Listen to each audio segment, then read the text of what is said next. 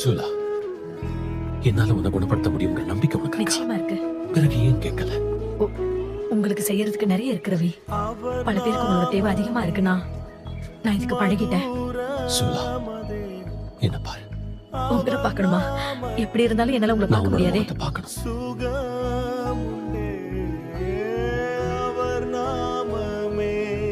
உன்னால ஒரு அற்புதத்தை காண முடியலன்னாலும் உன் நம்பிக்கை ரொம்ப வலுவா இருக்கு. அவர் நாமத்தில் சுகமுண்டே. இயேசுநாமம், இயேசுநாமம், இயேசுநாமம், இயேசுநாமம், இயேசுநாமம், இயேசுநாமம் வாழ்கவே.